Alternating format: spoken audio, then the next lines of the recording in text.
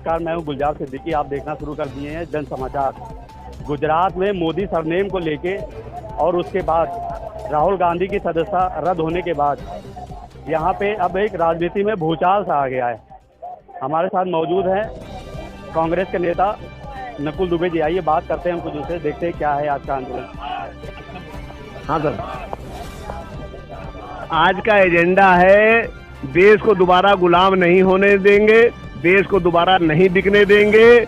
नीरव मोदी, ललित मोदी, मेहुल चोकसी, अडानी पर जवाब लेकर रहेंगे।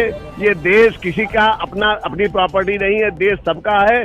जो लोगों ने देश की आजादी में लड़ाई नहीं लड़ी है उनको देश की कीमत नहीं मालूम है। इसलिए हम सब लोग यहाँ पर राहुल गांधी जी के नेतृत्व में, इनके निर्देशन में यहाँ पर बैठे हुए हैं और ये लड़ाई हमारी तब तक जारी रहेगी जब तक हमारे सम्मानित नेता श्री राहुल गांधी जी को न्याय नहीं मिल जाता। इसके बाद आपका कौन सा आंदोलन है?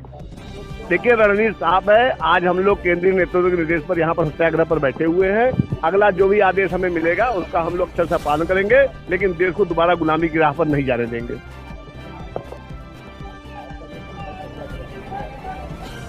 देखिए, हिंदुस्तान के अंदर जो लोकतांत्रिक प्रक्रिया के तहत संवैधानिक नियमों के अनुसार देश चलता था, आज ऐसी एक सरकार है जिसका जिस दल से या जिस संगठन से जन्म हुआ उनका भारत के संविधान में और लोकतंत्र में कोई आस्था नहीं।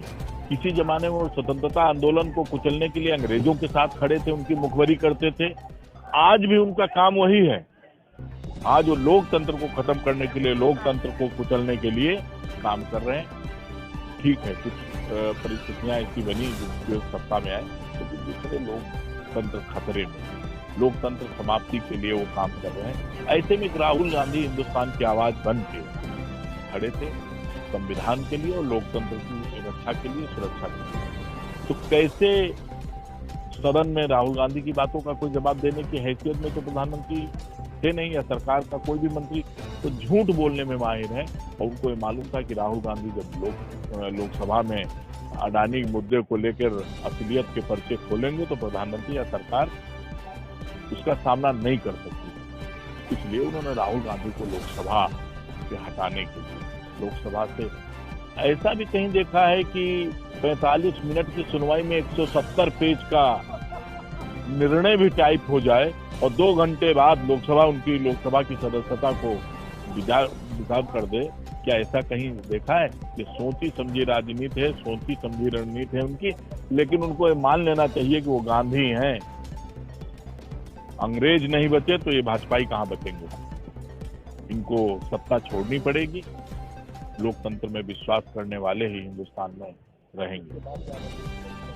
आंदोलन निरंतर चलता रहेगा और हम लोग राहुल गांधी की, चाहे सदस्यता बहाली को लेके हो, चाहे 2024 के चुनाव को लेके, हम लोग मोदी और अमित शाह की जो रंगा बिल्ला की जोड़ी है, इसको हिंदुस्तान में असलियत, ये हमारी आज़ादी के पहले से चल रही है। हमारे भारत के पहले प्रधानमंत्री पंडित नेहरू जी ने इस देश को जोड़ने का काम किया।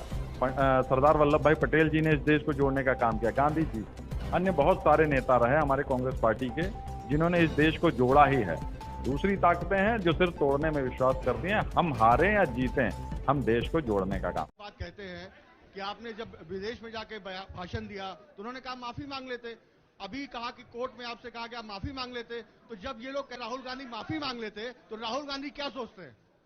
राहुल गांधी सोचता है मेरा नाम सावरकर नहीं है, मेरा नाम गांधी है। गांधी किसी से माफी नहीं मांगता। और मैंने कहा, पार्लियामेंट हाउस में कहा कि भैया मुझे बोलने दीजिए ना, एक बार तो बोलने दीजिए। 2 बार चिट्ठी लिखी, तीसरी बार मैं पर्सनली स्पीकर से जाके कहता हूं, स्पीकर सर प्लीज, आप डेमोक्रेसी के लोकतंत्र के आप प्रोटेक्टर हैं, मुझे बोलने दीजिए। मुस्कुरा के कहते हैं भैया मैं तो नहीं कर सकता। आप नहीं कर सकते तो कौन कर सकता है? शायद मुझे जाके मोदी जी से पूछना पड़े, वो तो करने नहीं देंगे।